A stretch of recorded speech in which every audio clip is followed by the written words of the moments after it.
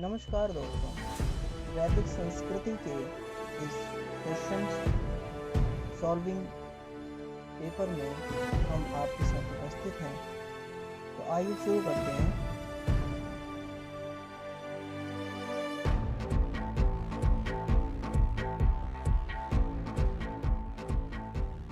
Ready? निम्न में से कौन सा एक कथन उपनिषदों के विषय में सही नहीं है? बृहदारण्यक व छंदोग्य उपनिषद गद्य में है। कठोपनिषद प्राचीनतम उपनिषदों में से एक है। उपनिषद घोषणा करते हैं कि मोक्ष ज्ञान से संभव है, न कि आस्था से। और डी है, उपनिषद तपश्चर्या के जीवन को मोक्ष के लिए परम आवश्यक नहीं मानते। तो इसका जो सही आंसर होगा वो आपके ए में है, बृहदारण्यक व छंदोग्य उपनिषद गद्य में है। ये आपका सही आंसर है। संहिता क्या है? तो इसका आप चारों ऑप्शन देख रहे हैं। श्लोकों का संग्रह, व्याकरण का पुस्तक, आयुर्वेद ग्रंथ, वन पर लिखी पुस्तक। तो श्लोकों का संग्रह इसका ए। संहिता क्या है? श्लोकों का संग्रह है। तीसरा, ऋग्वेद का सर्वाधिक छंद कौन सा है?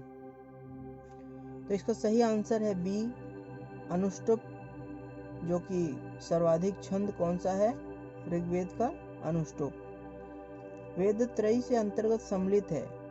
वेद त्रयी के अंतर्गत सम्मिलित है ऋग्वेद, यजुर्वेद और सामवेद, ये तीनों ही। तो इसका सही आंसर हो गया आपका बी। पांचवा है, वेदांग ज्योतिष के विषय के रूप में कौन विख्यात है? तो इसका सही आंसर है लगध मुनि।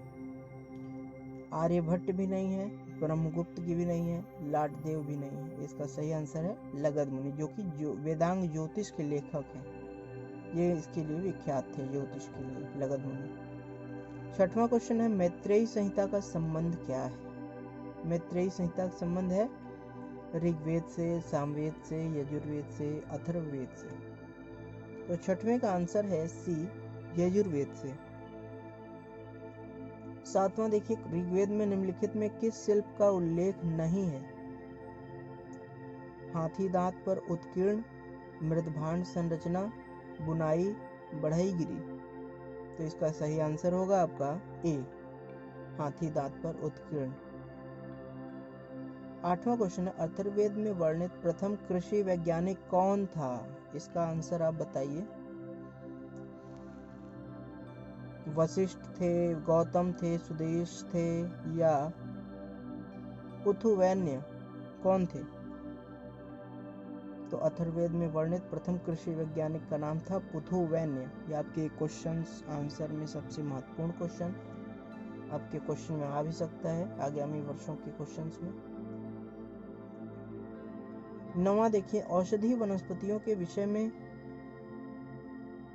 सूचना किस वेद में है? ऋग्वेद, यजुर्वेद, सामवेद, अथर्ववेद। तो इसका सही आंसर है डी, अथर्ववेद। 10वां, शुल्ब सूत्र संबंधित है ज्यामिति से, गोल शास्त्र से, चिकित्सा शास्त्र से या व्याकरण से? तो इसका सही आंसर है शुल्ब सूत्र व्याकरण से संबंधित है। क्वेश्चन नंबर 11 देखिए,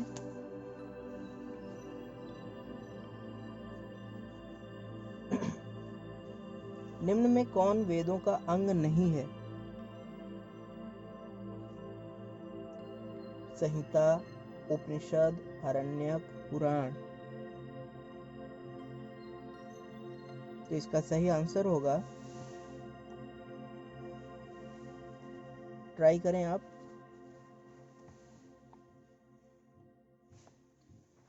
तो इसका मैं बता देता हूं, पुराण इसका सही आंसर है।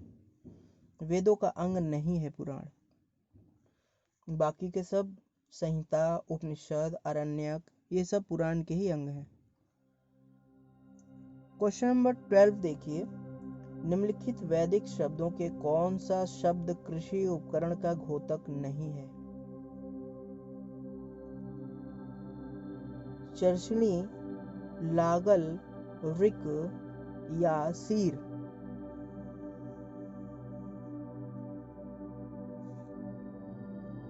बताएं। तो क्वेश्चन नंबर 12 का सही आंसर है डी, सीर।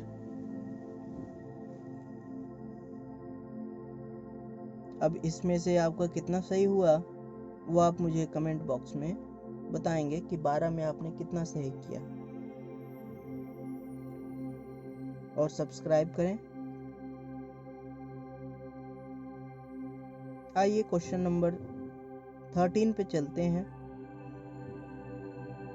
13 पे जाने से पहले आपको मैं बता दूं, वैदिक संस्कृति से संबंधित मैंने एक वीडियो और भी डाला हुआ है, तो जिन्होंने उसे नहीं देखा है वो कृपया करके उस वीडियो को देखें और उसमें क्वेश्चन सॉल्व करें। आपको इस 2 वीडियो से जितना लाभ होगा और कहीं से नहीं होगा। इसी से सारे क्वेश्चन फंसेंगे और आगामी वर्षों में आने वाले सभी क्वेश्चंस में इनमें से 2 या 4 प्रश्न जरूर आएंगे, इसका गारंटी है। तो आइए स्टार्ट करते हैं। इन सभी वैदिक संस्कृति के क्वेश्चंस को आप, जो हमने अभी 12 क्वेश्चन किए हैं, इसे एक बार फिर से रिवाइज कर लें ताकि ये आपकी परमानेंट मेमोरी में बैठ जाए।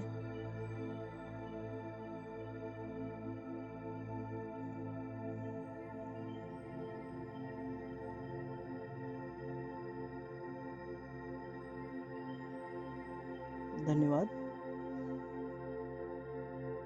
आइए आगे 13वें क्वेश्चन से शुरू करते हैं।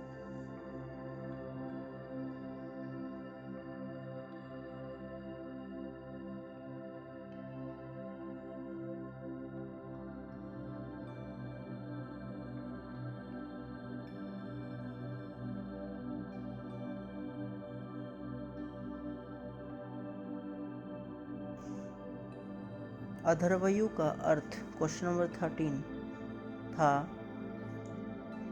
धार्मिक मामलों में राजा का सलाहकार, यज्ञ करने वाला पुरोहित, यज्ञ के अवसर पर ऋचा पाठ करने वाला पुरोहित, और डी राजा का शिक्षक। अथर्वयु जो आंसर इसका होगा वो होगा बी, यज्ञ करने वाला पुरोहित। निम्न में से क्वेश्चन नंबर 14, निम्न में से कौन सा वेद गद्य और पद्य दोनों में लिखा गया है? तो ऋग्वेद, सामवेद, यजुर्वेद, अथर्ववेद। इनमें से जो आंसर होगा आपका वो होगा यजुर्वेद, जो कि गद्य और पद्य दोनों में लिखा गया है। आइए क्वेश्चन नंबर 15 पे। वैदिक साहित्य में सभा और समिति को किस देवता की 2 पुत्रियां कहा गया है? इंद्र, अग्नि, रुद्र या प्रजापति? तो इसका सही आंसर होगा प्रजापति। प्रजापति को सभा समिति के पिता के रूप में अथर्ववेद में जाना गया है, तो इसका सही आंसर होगा डी, प्रजापति। 16, सभा और समिति संस्थाएं थी आर्यों की, अरबों की, कुषाणों की या हुणों की? तो इसका सही आंसर होगा, यानी गैस आप बताएं। आंसर ए जिसका आ रहा हो उसी का सही होगा, आर्यों का। आर्यों की सभा और समितियां संस्थाएं थी आर्यों की। 17वां क्वेश्चन देखिए। वैदिक युगीन इतिहास का प्रधान स्रोत है? श्रुति, जातक, पुराण, राजतरंगिणी? वैदिक युगीन इतिहास का प्रधान स्रोत है ए, श्रुति। क्वेश्चन नंबर 18, पुराण संबंधित हैं? ऐतिहासिक वंशावलियों से, कृष्ण भक्ति से, आदि ग्रह धर्म से, दर्शन से। सही आंसर है ऐतिहासिक वंशावलियों से। 19 ऋग्वेद है स्तुतियों का संग्रह, गीतों का संग्रह, बलि संबंधित तरीकों का संग्रह, वशीकरण जादू टोना का संग्रह। तो इसका सही आंसर होगा ए, स्तुतियों का संग्रह। क्वेश्चन 20 वैदिक धर्म एवं संस्कृति का प्रमाण चिन्ह था? डी यज्ञ। 21 ऋग्वैदिक कालीन आर्यों से संबंधित कौन सा कथन असत्य है? ऑप्शन ए, वह गांव में रहते थे। बी, वह ध्रुत क्रीड़ा नहीं जानते थे, माने जो आप पासा कहते हैं उसे। इससे बहुविवाह का प्रचलन था, उसमें बहुविवाह का प्रचलन था। डी, सामाजिक जीवन की प्रारंभिक इकाई परिवार था। तो इसका सही आंसर होगा बी, वह ध्रुत क्रीड़ा नहीं जानती थी, क्योंकि महाभारत का समय का है। ध्रुत क्रीड़ा माने पासा, इस समय महाभारत भी आ रहा है, आप देखेंगे तो काफ़ी नॉलेज आप महाभारत कालीन इतिहास के बारे में जान जाएंगे। आइए क्वेश्चन नंबर 22 पारिणी की पुस्तक अष्टाध्यायी का विषय है? ए, चिकित्सा मेडिसिन, बी, कानून लॉ, सी, तर्कशास्त्र लॉजिक का, डी, व्याकरण ग्रामर का। तो इसका जो सही आंसर होगा वो होगा संस्कृत व्याकरण ग्रामर से संबंधित है। तो इसका सही आंसर डी होगा, व्याकरण। अष्टाध्यायी व्याकरण से संबंधित है। 23वां क्वेश्चन अष्टाध्यायी के लेखक कौन है? तो आप जानते हैं, इसमें ऑप्शन भी पढ़ने की जरूरत नहीं, पारिणी इसका सही आंसर है। क्वेश्चन नंबर 24 ऋग्वेद के किस सूत्र में भारतीय नाटक के आरंभिक सूत्र पाए जाते हैं? विवाह सूत्र, आपरी सूत्र, संवाद सूत्र या पुरुष सूत्र।